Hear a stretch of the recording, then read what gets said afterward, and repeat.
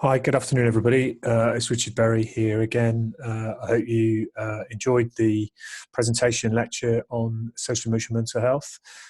This lecture today, presentation is around mental health, slightly different focus, looking at young people's mental health, the reasons why we may be seeing more issues to do with young people and mental health. Again, as ever, I hope you enjoy the presentation, and if you've got any questions, please feel free to post them. Thank you for the comments that I've had already through Padlet on the previous presentation. Okay, so this statement, "It's easier to build strong children than to repair broken men," is something that I picked up about 3 years ago when I started my work on mental health. For me, it's a mantra. Because actually what we know is if we get our work in early, then we prevent so many issues later in life.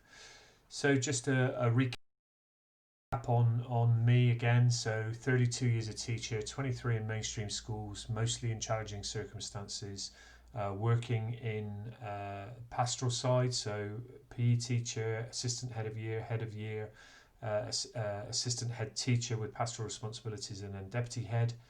And then from there to head teacher of, so deputy head in 2 schools, locally what are now known as Oasis John Williams and Blaze Academy. I was deputy head in those schools in their previous guises as Hen Grove School and Henbury School. Then head teacher of 2 SEMH schools, so special schools. I'm now retired, my own education consultancy company. I'm co-chair of a national organisation called Engaging Their Future. I am a mental health first aid trainer, both in youth and adult courses. And I work for the RFU as a mental health and wellbeing ambassador, looking at how we can help support community clubs. So just a health warning for today about the content. I know somebody asked me that just to prepare for any triggers of anything that might worry you or upset you. It's not my intention to do that, and there are some stats in here and some sensitive topics, so just be aware of that. If you need to take a break at any point while watching this presentation, please do so. Okay, so question for you: what does mental health mean to you? How would you describe mental health? I'll give you 30 seconds or so to have a think about that.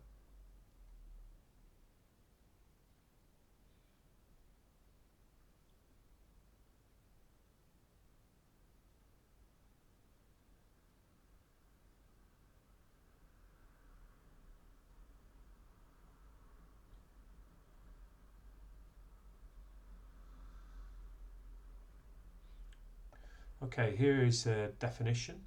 Okay, mental health influences how we think and feel about ourselves and others and how we interpret events. It affects our capacity to learn, to communicate, and to form, sustain, and end relationships. It also influences our ability to cope with change and transitional life events. That's by Dr. Lynn Friedley, who supports us at Mental Health First Aid England. And very often when we think about what mental health means to us, we focus on the negative side of it, which is mental ill health. But what we know is that mental health is on a continuum of which we move around on a day-by-day basis. And whilst there are no absolutes on the continuum, we tend to think of things in terms of moving between maximum mental well-being and fitness down to minimum mental well-being and fitness. And there's a line in which we move along, and we generally stay in the top half most of the time. But there are times where we might drop down below towards the bottom of the line, depending on our personal circumstances. But in addition to moving up and down that line, there is another line that moves between severe diagnosis and no diagnosis. So if we think about this continuum having 4 quadrants, most of the time we're in the top right-hand quadrant of maximum mental well-being and no diagnosis. But as I say, on a day-to-day basis, we can move in and around that top right-hand quadrant. Hopefully we don't drop below the line, but if we do drop below the line, okay, that is generally in the bottom right-hand quadrant. That's where we would be maybe pre-intervention from a doctor, where we might be suffering. On the left-hand side, people who have a severe diagnosis with severe mental health are those people who are not responding to treatment. And above the line in the top left-hand quadrant are people who are well, having had treatment. So if we think that through, in this quadrant, a person young or old with no mental illness or disorder and positive mental health, a person young or old with no diagnosed mental illness or disorder but has poor mental health, a person young or old with a diagnosis of a serious mental illness who has poor mental health, and up here, a serious mental health illness who copes well and has positive mental health. So as I said, top right hand quadrant is where we all move. On a day-by-day basis, we can be at the top or we can go down towards the line depending on our mood, depending on how we are affected by things going on around us. And I think it's safe to say that the whole coronavirus situation has caused quite a number of people to move more around that quadrant than they would have done previously. So people who've really gone for a good healthy lifestyle, got more exercise in, maybe are bursting out the top of that quadrant, and people who've struggled with the whole lockdown situation and the loss of family members and or the loss of ability to see family members maybe have drifted towards the bottom of that quadrant and maybe even over the line. Okay, so the big thing that stops us moving up or across is this thing called stigma. Stigma is the biggest issue, and if we think about stigma being attitudes towards mental illness, mental ill health, people's attitudes are generally poor, generally shut down, as in we don't like to talk about these things, which only exacerbates the situation, but also that people who are suffering think that people may be thinking ill of them, or actually people are saying things that are negative towards them. So we're going to do a little language task now, and what I'd like you to do is to first of all take a piece of A4 paper and divide it landscape in half. Okay, and then what I'd like you to do is on the left hand side, I'd like you to write as many derogatory phrases that you have heard to describe mental ill health or a person suffering with mental ill health, and I'm going to give you a minute to do that. So if you can write those down, let's go.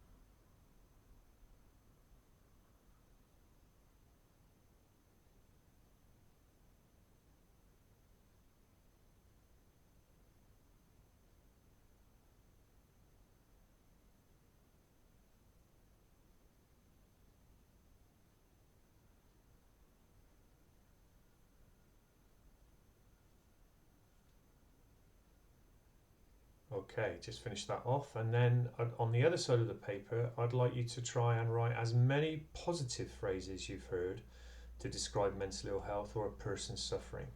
So suffering might be one word that we use. A minute to do that.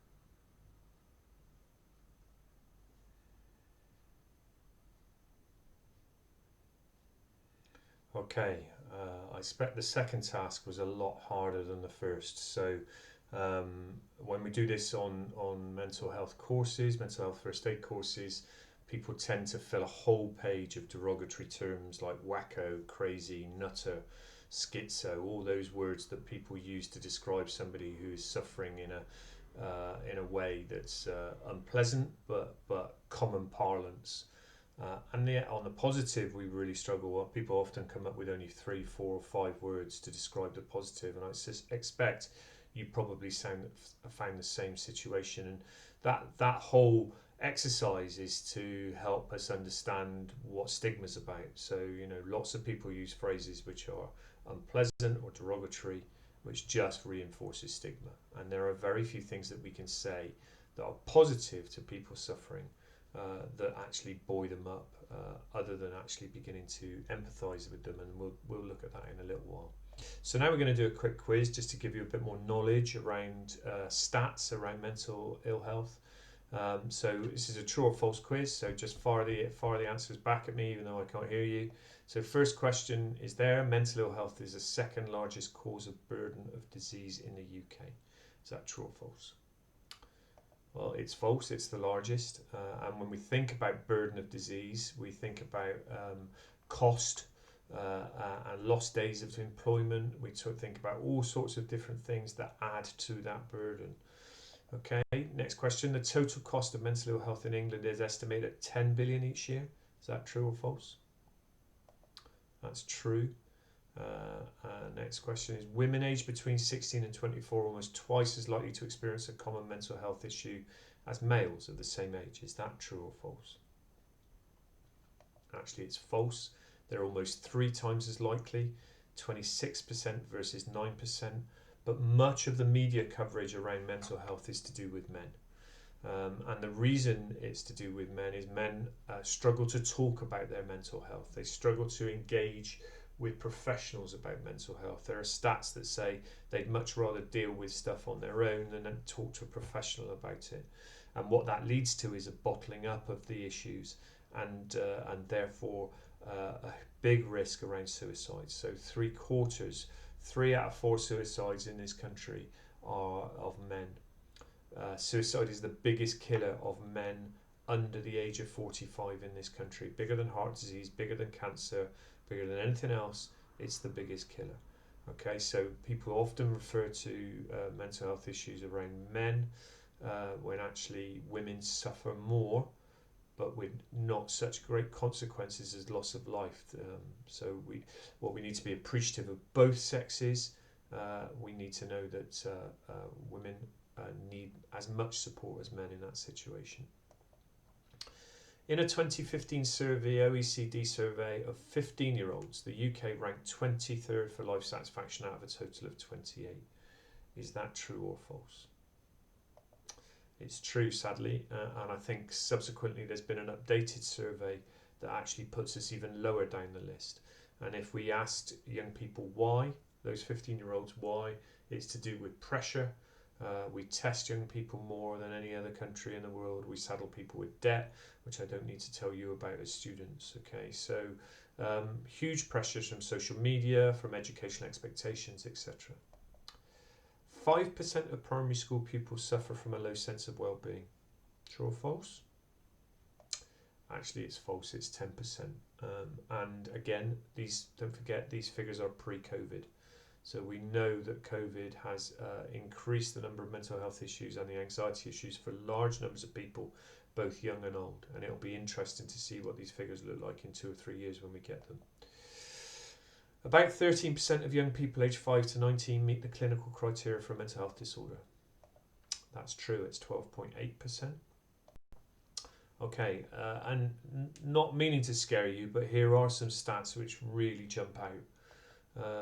50% of mental health problems are established by the age of 14 and 75% by the age of 18. Now, what we know is that whilst those mental health issues are established, they probably don't manifest for 10 to 15 years. So anything that we can do to alleviate those issues early on will prevent mental ill health in later life. So it's really important that we have good mental health provision in our schools and good quality people supporting the young people that they're working with. 20% of adolescents may experience a mental health problem in any given year. 10% of children and young people aged 5 to 16 have a clinically diagnosable mental health problem.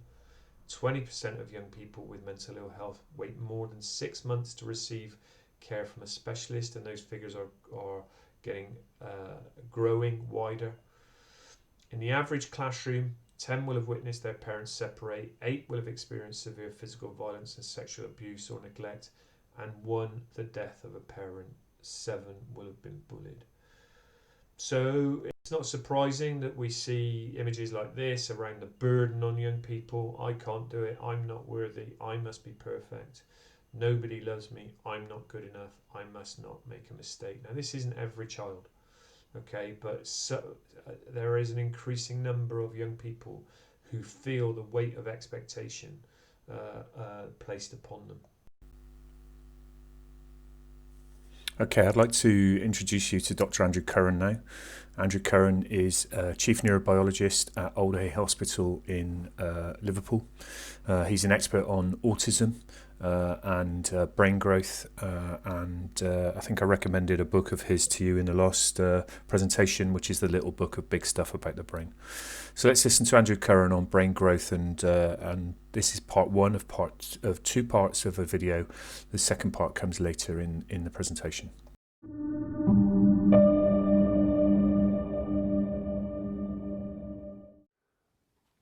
This short talk is actually about your brain. It weighs 1.5 kilograms, it's got 150 billion nerve cells, and they make on average 1,000 connections each. That means in your brain, watching this, there are trillions of connections. What I want to do is look specifically at the part of your brain which deals with your emotional life, what we call the limbic brain, or the social cognition system. Social, because it's about socializing. Cognition, because it's about thinking or understanding the emotions that go with that socializing. And don't forget that we socialize internally with ourselves as well as with other people in the world around us. So let's look at a cutaway of the brain which specifically shows us this system called the limbic system. What I want to do first is work our way through all the various structures in the limbic system so you have an understanding, I hope, of how complex this network is. And remember at all times that this is what's going on inside your brain, even watching this video. The first structure I want to look at is called the amygdala. The amygdala is your basic survival structure. It's there to keep you alive and functioning, irrespective of anybody or anything else. It's very much in the present. Your right amygdala is constantly surveying the environment for threat or reward. If it sees threat or reward, it has 3 responses: hit it, take it, run from it. It's an ancient structure. It has no concept of consequence. It doesn't know anything about the past or the future. It has no morality. It has no ethics. Its job is to keep you surviving and happening, irrespective of anything or anybody else. Slightly higher up the food chain are a set of structures called a septate nucleus. Septate nucleus are your first structures that start to make choices about what you do. They can stop the amygdala dead in its tracks and say, well, not just yet.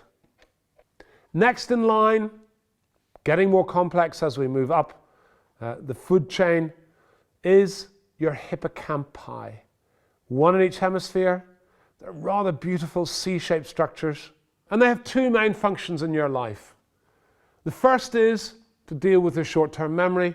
So if you remember stuff from this talk or from your training, then that's your hippocampus that's doing that for you. But their second job, which is perhaps in many ways more profound, is their ability to relate together events, particularly with their emotional context. So a classic example of your hippocampus being involved is walking into a kitchen on a sunny Sunday morning. Toast is being made, lovely smell of toast, sun streaming in through the window, and for most people that will associate them with doing the same thing when they were a child, and mum was up early doing all the hard work whilst you lay about in bed. Next in line, once again more complex again, is this green structure in this diagram. This is the back part of it, posterior cingulate gyrus. And here's the front part of it, anterior, just means front, cingulate gyrus. Posterior cingulate gyrus, that's to do with instincts, with dealing with things that are not quite conscious. Oh, I've got that feeling but can't quite explain it level. Anterior cingulate, fully conscious brain. That's where you start to do stuff around, oh, I'm feeling angry. Why am I feeling angry? I'm feeling sad. I'm feeling happy. Why am I feeling these emotions? And developing an understanding for these, as well as setting this broader understanding of the emotional place that you are when you're in a situation. Higher level of functioning again, and perhaps the highest level of functioning in your brain, is the very front of your frontal cortex. Also includes, as you can see, the anterior cingulate gyrus. This is complex brain. This is where you carry conscience, morality, ethics, your personality, and it's where you make complex choices about social interaction. Classic example of what your frontal cortex gets up to is not taking the last chocolate. Now, not taking the last chocolate, your amygdala is saying, come on, grab it, take it, we want that. Your septates start to introduce some control in that, but your frontal cortex is making complex choices about that.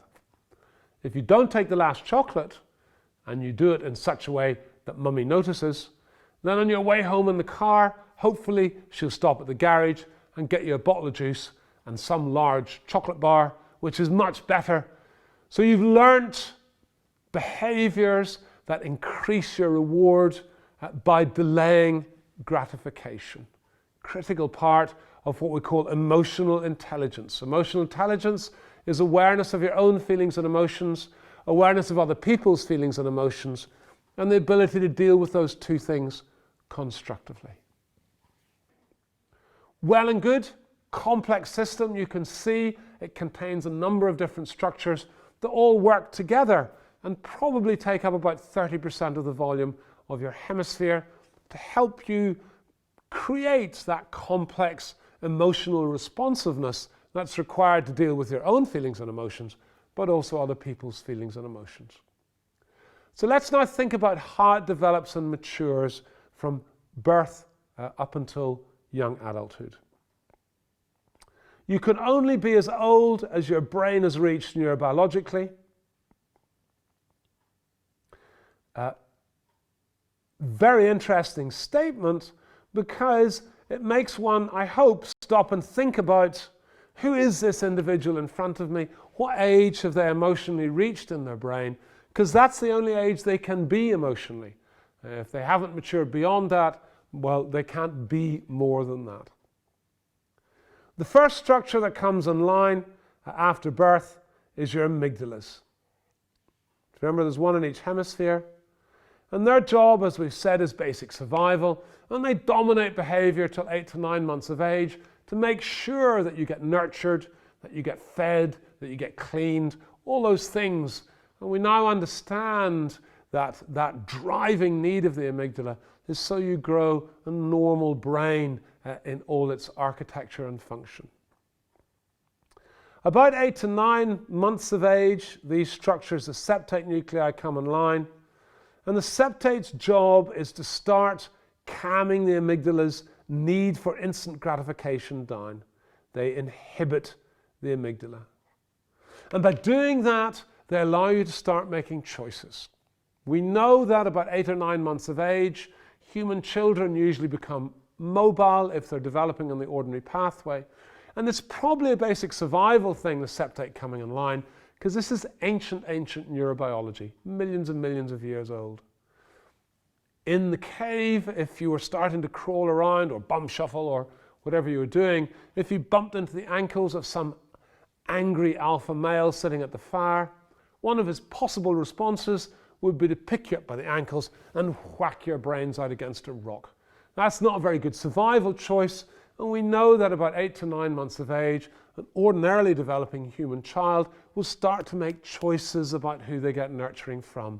They start to recognize strangers and have fear of strangers.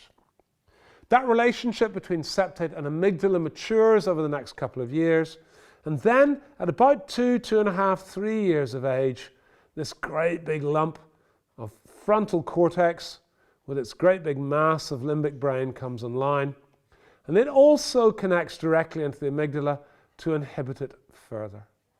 Now, this is a completely different ball game from what's gone before. Amygdala, deeply unconscious structure, Freud's id, as we've said. Septate, sort of a pre-conscious structure, but once you get into frontal lobe, this is fully conscious brain where we're making these complex choices, as I've said, about not taking the last chocolate. And it's capable of doing that because it can inhibit what the amygdala is getting up to in terms of hit it, take it, or run from it. And it can make these complex, learnt choices about what's likely to end up with the biggest reward or escape the worst punishment.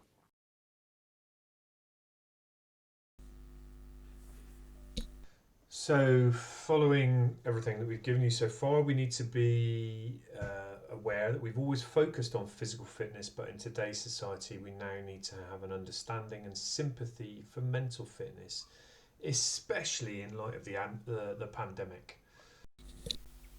So a model that's really simple to follow is the three-legged stool, and as you can see, the seat, balance seat, is good mental health. And this relies on the three legs. The three pillars of it are good exercise, good diet, and good sleep. And if we think about when we've not had good sleep for a period of time, actually what tends to happen is we'd stop wanting to exercise. We tend to eat things that are unhealthy. And if we think about the pandemic and we think about changes in behaviour, lots of young people have had bedtimes change, less routine within the house.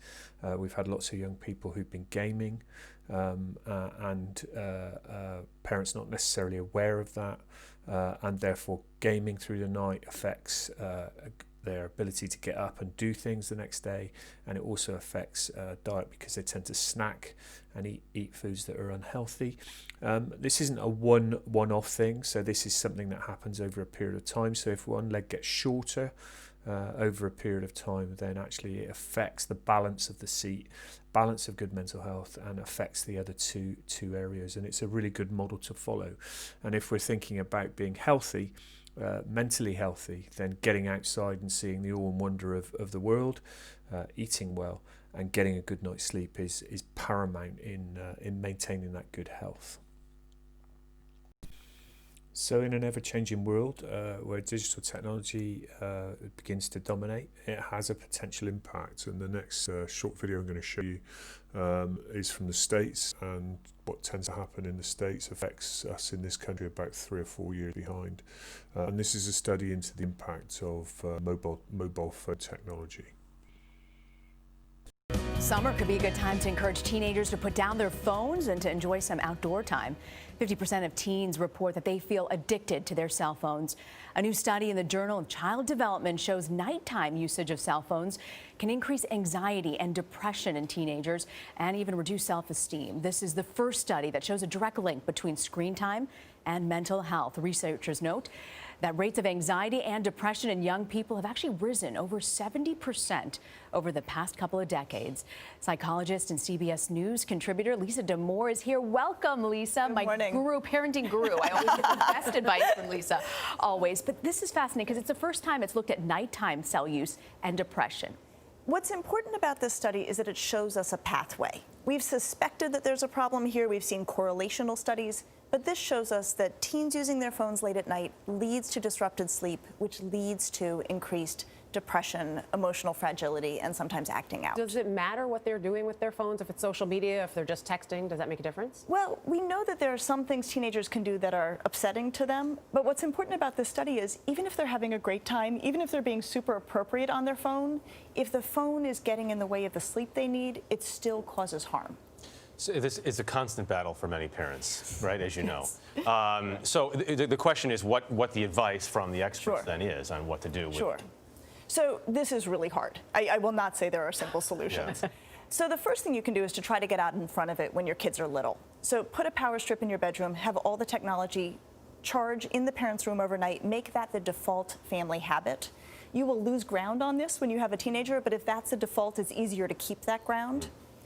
I think then the other thing is we have to model good habits. We have to be good about our own phones and our own technology and our own sleep. And then we can say to teenagers, look, if I'm protecting my sleep and not protecting yours, it would be like I got in the car and put on my seatbelt, but didn't ask you to put on your seatbelt. We need this. I was saying to you before, isn't it, this should be a problem for all of us. This isn't just a teenage problem, This right? is not just a teenage problem. I mean, in many ways, adults are as deep in as their teens these days. But again, that's a place where we can say, look, I empathize. I know how hard it is to put down the phone. So we're not creating these rules for you, we're creating these rules for everybody. And this study looks particularly at teenage girls. It's very troubling for them as well. Why is that? So one of the things we know from the research, and this goes way back, is that teenage girls get less sleep than teenage boys. And this is long before technology. And we think it's because they hit puberty earlier. So what this new study makes us much more concerned about is sleep is already fragile for teenage girls. So we want to make sure that technology doesn't interfere with any teenager's sleep, but we want to keep a special eye on the girls because we are seeing very high rates of depression. Look at those average hours spent on entertainment media. 9 hours. I know. And that's not just for the teens, that's for the That's the adults grown-ups. too. That's might the be even grown-ups. higher. I know. Which is the whole point, because we Yeah. think we're setting a good example, and then we turn around and we're just Yeah. looking at our screens too, right? Yeah. So it's one of those things where everybody needs electronic curfews. And I think we can sort of just say these are universal rules. You said before, it doesn't matter social media or texting or what they're doing on the phone, but should we be limiting how much time teenagers are spending on social media? Yeah. I mean, I think the way to think about it is we don't want technology to get in the way of the things that promote health for teenagers. So that's sleep, which they actually need 9 hours a night, which in the summer is probably their best chance of getting that. They need in-time person with real human beings. They need to be working and learning and growing. They need to be physically active. If they aren't doing those things because they're on social media, then they're on social media too much. Lately, maybe we can all stay off social media. Invest $10 in an alarm clock and plug everything Yeah, down. the dream machine. Bring back the dream machine. Nine hours of sleep sounds so I know. I don't impossible I and know. amazing. I know. It's what biology says, though. Lisa Dimore, thank you very much. You bet. Apologies for the Americanization there, but here's an article from the Lancet, a psychiatry version of the Lancet, published in 2019. I won't insult you by reading it to you, but just have a read of this.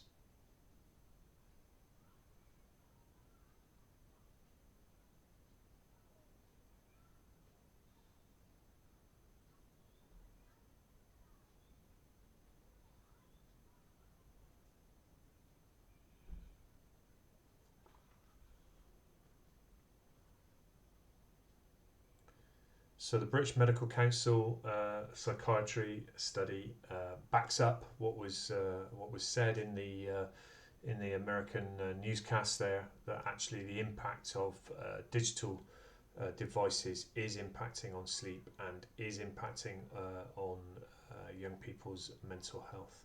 So something else to add to the equation. Okay, so one of the things that we talked about in the previous presentation was understanding trauma. And if we go back to that figure of 50% of mental health issues embedded by the age of 14 and 75 by the age of 17, then actually most of that is to do with childhood trauma. So what is trauma? Let's have a think about that. So here's a definition, Greek word, and I'll let you read that.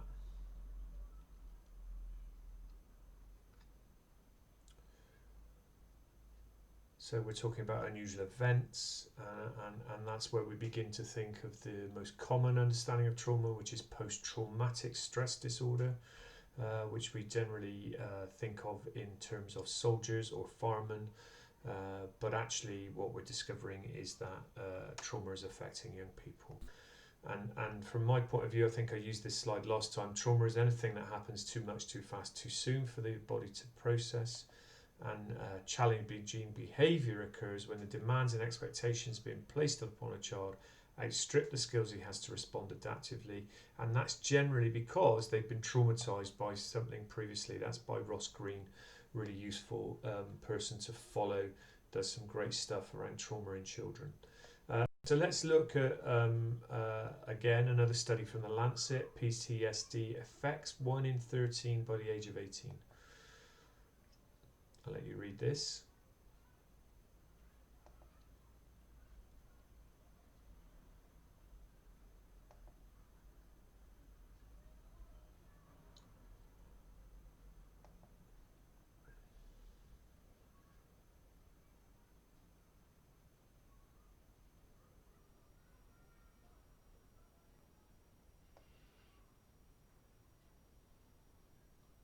So it comes back to that theme again that lots of young people don't get the support that from health professionals that actually they need, which is why we're concerned about the embedding of those issues age 14 and 17, and why those issues are then having an effect later in life. So the more support we can put in, the better.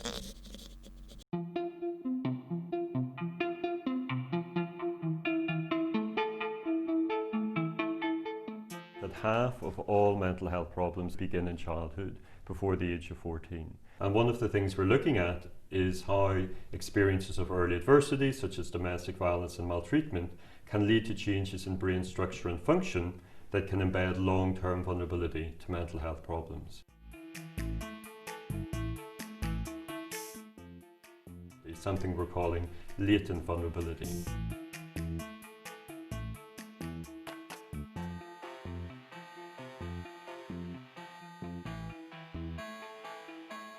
Those who had been exposed to maltreatment and domestic violence showed heightened patterns of activation in those brain regions related to threat vigilance and threat detection.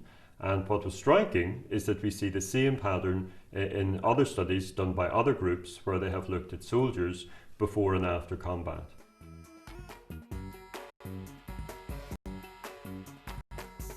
And that might help both the soldiers and the children function in those environments, but the difficulty is that it may also embed long-term vulnerability. We believe it is reversible. We know that many children who experience abuse and neglect and domestic violence have a resilient and positive outcome, and we expect that their brain will change and respond to positive emotional experiences such as social support and being in a secure and safe environment. So, listening to the professor, he talks about recovery there, and for young people, the most important person for them in recovery is a sympathetic adult. And as a teacher and as adults working with young people, you have a vital role to play. And therefore you need to understand and be able to relate to the difference between empathy and sympathy. This short humorous video clip now from Dr. Brené Brown, who's an amazing contributor to mental health studies in the States, it just reinforces the difference between empathy and sympathy.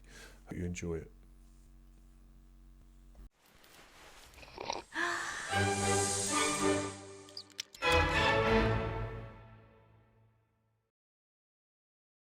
So what is empathy, and why is it very different than sympathy? Empathy fuels connection. Sympathy drives disconnection.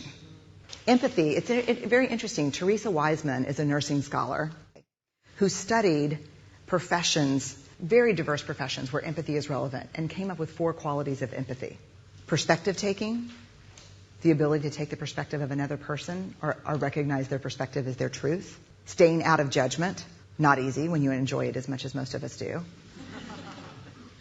Recognizing emotion in other people and then communicating that. Empathy is feeling with people. And to me, I always think of empathy as this kind of sacred space when someone's kind of in a deep hole and they shout out from the bottom and they say, I'm stuck, it's dark, I'm overwhelmed. And then we look and we say, hey, you climb down. I know what it's like down here, and you're not alone. Sympathy is, ooh, it's bad, No, you want a sandwich? Empathy is a choice, and it's a vulnerable choice, because in order to connect with you, I have to connect with something in myself that knows that feeling. Rarely, if ever, does an empathic response begin with "at least." Yeah. And we do it all the time. Because you know what? Someone just shared something with us that's incredibly painful, and we're trying to silver lining it. I don't think that's a verb, but I'm using it as one. We're trying to put the silver lining around it. So, I had a miscarriage. Oh, at least you know you can get pregnant. I think my marriage is falling apart. At least you have a marriage. John's getting kicked out of school. At least Sarah is an A student. But one of the things we do sometimes in the face of very difficult conversations is we try to make things better. If I share something with you that's very difficult, I'd rather you say, I don't even know what to say right now, I'm just so glad you told me. Because the truth is, rarely can a response make something better. What makes something better is connection.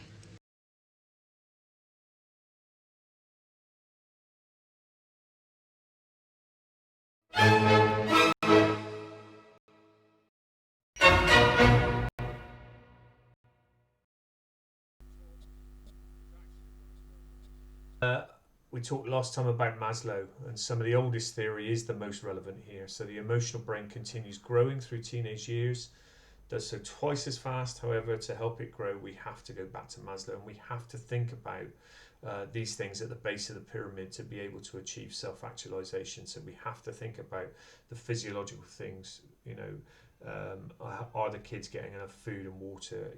Do they feel safe? Are we connecting with them socially so that they can grow their self-esteem and achieve what we want for them to achieve? It'll be really interesting for you to go into school and don't openly ask these questions, but ask them after a little while, have you checked your behaviour policy against Maslow? How many of your daily interactions with pupils are driven by the need to hit targets and achieve standards? Are you able to adapt your classroom and what you teach, or how you support to cope with those pupils who struggle? And these are questions that I ask senior leaders when I go into schools to do SIP work, because actually very often the striving for academic excellence often causes us to forget about the very basic things that we need to have in place, and that can cause us issues. And it is causing us issues in some circumstances. So let's look at some more challenges. So challenges facing young men, depression and low mood. Only 15% of men would approach their doctor because of low mood. I think we talked about that stat a little bit earlier. 34% of men report constantly feeling stressed or under pressure. Young men are 3 times as likely to abuse drugs or alcohol. 69% of men who develop depression said they would rather deal with the problem themselves. And here's what I call the Love Island syndrome. Over 1 in 5 men cite body image as their biggest concern. Up to 12% of teenage boys are using unproven supplements and or steroids. And 15% of men said they would trade 2 to 5 years of their life if they could have an ideal body weight and shape now. If we look at challenges facing young women, by mid-adolescence, girls are twice as likely to develop mood disorders as boys. The disparity could stem from the idea that girls develop faster in terms of emotional regulation than boys, and this sensitivity to emotional stimuli can make them more vulnerable to anxiety disorders. Studies show that nearly a quarter of teenage girls display depressive symptoms, and that over 2/3 of teenagers are taking antidepressants are girls. Eating disorders affect both genders. Girls make up 90% of hospitalizations related to eating disorders. Eating disorders usually present themselves during adolescence, but can develop during childhood as well. I was watching something last week, about a young photographer or model locally in the Bristol area who was trying to encourage magazines and people to stop doctoring photos. You may be aware that on your iPhone now, if you take a photo on Insta or anything like that, you can enhance that photo. You can make your lips look bigger. You can make parts of your face stand out more than others. You can change your complexion. You you can get rid of acne, you can do all sorts of things that actually are causing people to strive to look better all the time. And the pressure that places on young women especially to look good, to be a certain way, is huge, and causes many young women not to be able to achieve it, to feel bad about themselves, and therefore then begin to suffer. Self-harm is often a result of anxiety, so it can include self-poisoning, self-injury, and involves hurting yourself on purpose. It's the strongest risk factor for suicide, which is the second most common factor of death before the age of 25 across the world. Just shocking. While self-harm itself is not a mental illness, it's commonly associated with borderline personality disorder, depression, eating disorders, anxiety, and PTSD. The action of self-harm itself often indicates that a person lacks the coping skills to address these disorders. And if you want to know more about self-harm, look up somebody called Satvir Nijar. She has various videos on YouTube. She is a former self-harmer and talks openly about the causes of self-harm and how she got over it. Regularly talks to school children now about the issues around self-harm. She's very good at what she does. So let's have a little think now about being mental health aware and what other things should cause us concern. In 2017, there were 24,500 calls to Childline to discuss suicidal thoughts. 646 young people aged between 10 and 29 died of suicide.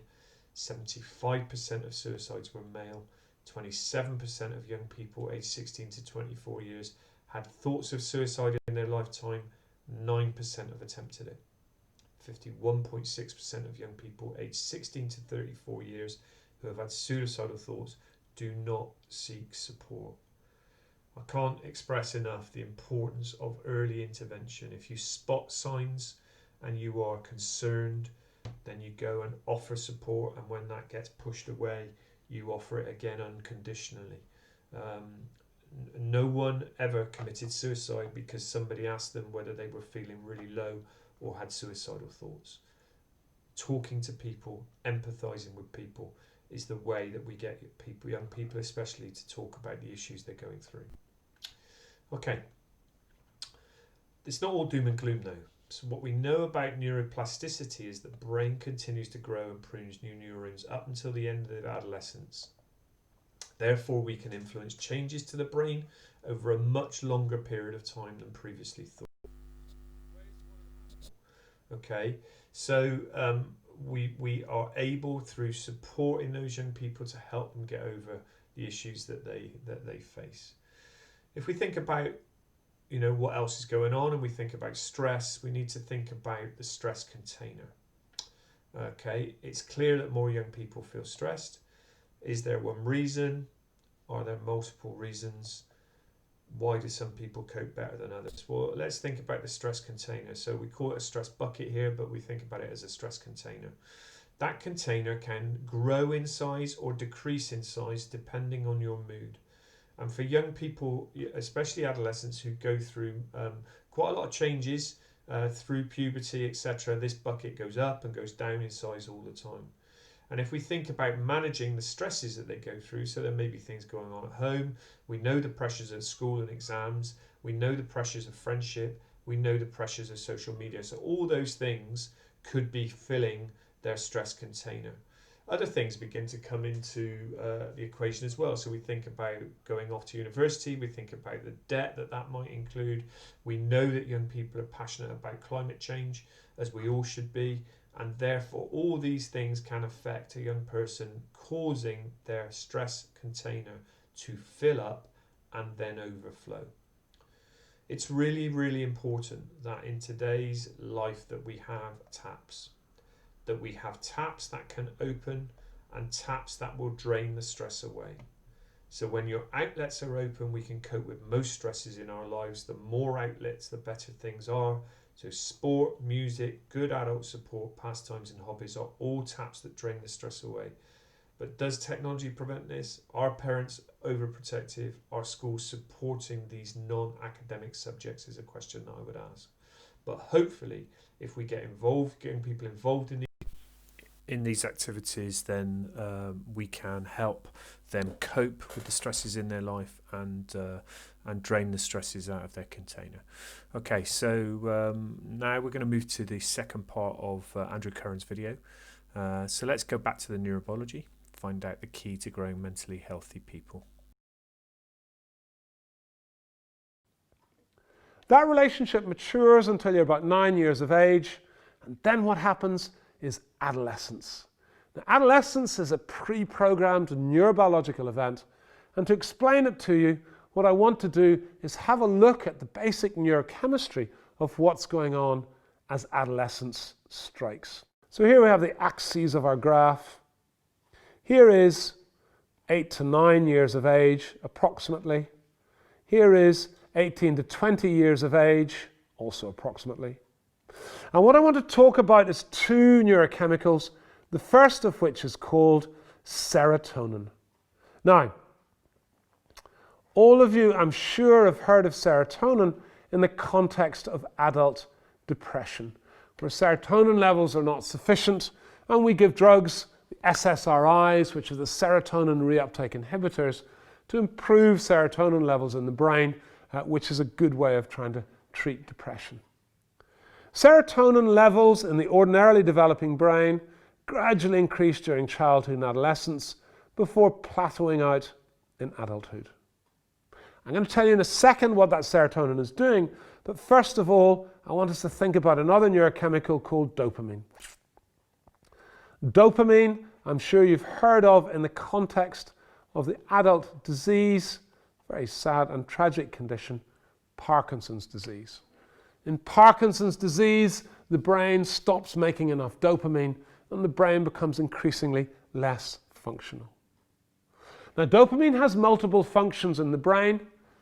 It's critical for learning, it's critical for unlearning, it's critical for paying attention. But one of its core, very basic functions is to bring nerve cells up to a level of excitation where they're just about to fire, but not quite. A bit like a sprinter on the starting blocks waiting for the starter's gun. These nerve cells sit, waiting to fire. Along comes a little bit of oomph from a neurochemical called glutamate. Off they fire and start doing their job in the brain. Dopamine levels during childhood gradually increase, but stay with a close ratio with serotonin. Why? Well, the answer is because if your brain is full of dopamine, is flooded with dopamine, it's hyperactive. It's sitting at a level of excitation which is not functional and useful. I'm sure all of you have at one point in your life experienced a sudden episode of stress. And you find, woo, I can't think clearly, I can't make decisions, I don't know what I'm doing. That's because stress floods your brain with dopamine, just like alcohol, just like drugs of addiction. All these things flood the brain with dopamine and make it less functional. So what you want is to be able to control the level of activation of your nerve cells so dopamine isn't able to push them up into this hyperexcitable state. And that's serotonin's job, well, it's one of its many jobs, is it brings the activation of nerve cells down, makes it more difficult for them to fire. Now, a simple example of that is if I want to move my right hand up and down in the air, I don't want my left leg and left arm shaking about in the air at the same time. The serotonin levels in my brain keep the left arm and left leg calmed down, so I can now only activate the nerve cells that I want to move my right hand up and down. All very straightforward. What happens with the onset of puberty, however, is that dopamine levels suddenly shoot up before gradually coming down again and settling back to the pre-adolescent ratio with serotonin. Now, what this means is you've way too much dopamine in your brain and not enough serotonin. So your brain becomes hyperexcitable. And this is normal neurobiology. It is wired into you, it's genetically predetermined, and all adolescents do it. Why? Why? Well, because what nature wants is adolescents to take high-risk decisions with poor judgment, because then they achieve two critical goals. They break free of their dependence on their parents, and they learn how to interface with their peer group by trial and error so they can become successful as adults.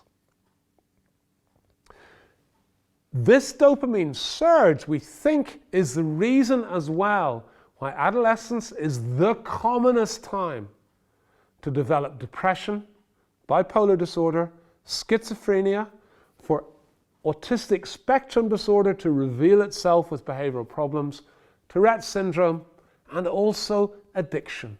All these things have their peak onset in adolescence, and the reason almost certainly is because of this dopamine surge, which produces this brain which takes high-risk decisions with poor judgment. Dopamine is our critical chemical in the brain to make your brain run normally. We know that people who are depressed, who have schizophrenia, who have bipolar disorder, who are addicted, their brains are not functioning normally and well. Dopamine is therefore the critical neurochemical in almost all of our brains functioning. As I've said to you, dopamine is critical for learning and unlearning. Dopamine is critical for paying attention. Dopamine, in the right concentrations at the right time, produces health in our brains. Not just emotional health, but all our brain activities depend on dopamine. In a therapeutic situation, therefore, where you're trying to support someone and help them feel capable and able of dealing with the situations and problems that they're trying to make sense of, dopamine is your critical friend.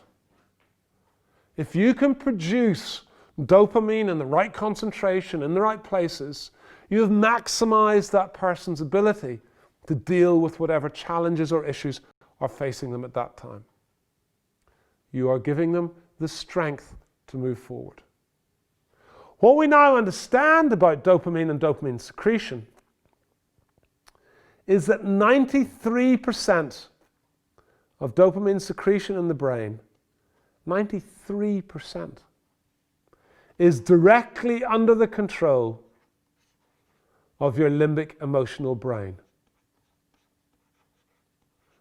I think anyone who has any sense recognizes that if you have someone's heart, their minds will come with them.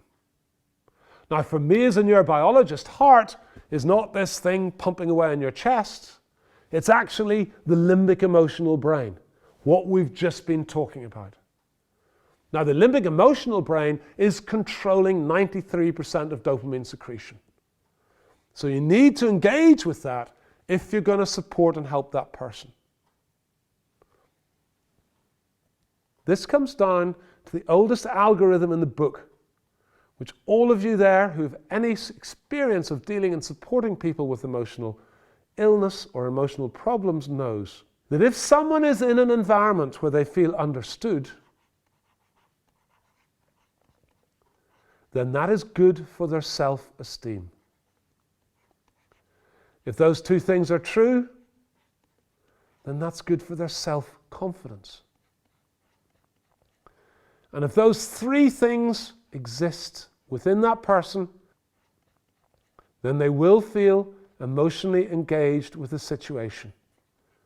And as I've already explained, if they feel emotionally engaged, it means their limbic emotional brain is fully connected with what's going on. And if that's the case, then you've optimized their dopamine secretion, you've maximized their ability to not only deal with the situation in the present, but also to learn or unlearn the things that they got wrong, the things that they got right, to give them strategies to move forward. And of course, what this comes down to is the oldest understanding of human behavior that there is. If somebody's in an environment or with someone where they feel genuine love, then their ability to deal with themselves and their lives is maximized. And this, of course, Doesn't have to be some deep, profound Hollywood love. Just the sense of being understood, of your self-esteem and self-confidence being maximized, and of feeling safe, emotionally engaged in the environment you're in. Thank you.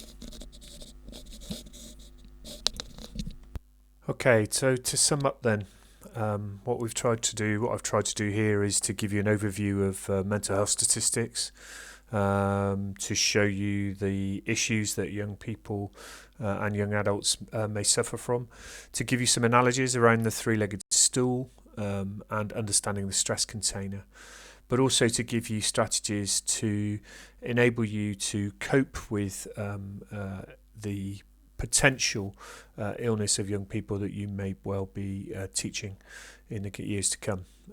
And remembering that bit around empathy is crucial in enabling you to be able to support them in a positive way.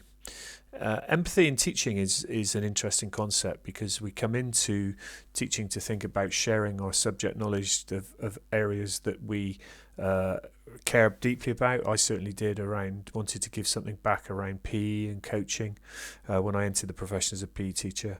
But being able to not just focus on that academic side, but also the human side of education, I found extremely rewarding, and I hope that you do too. So moving on, just some resources for you. There's some really good stuff on Facebook. It can be useful. Child and Adolescent Mental Health and Wellbeing Collaborative is a worldwide collaborative. There are several thousand members on here, and post really good ideas around supporting young people with various issues around their mental health. And then from there, just some really good messages and signposting, which are vital.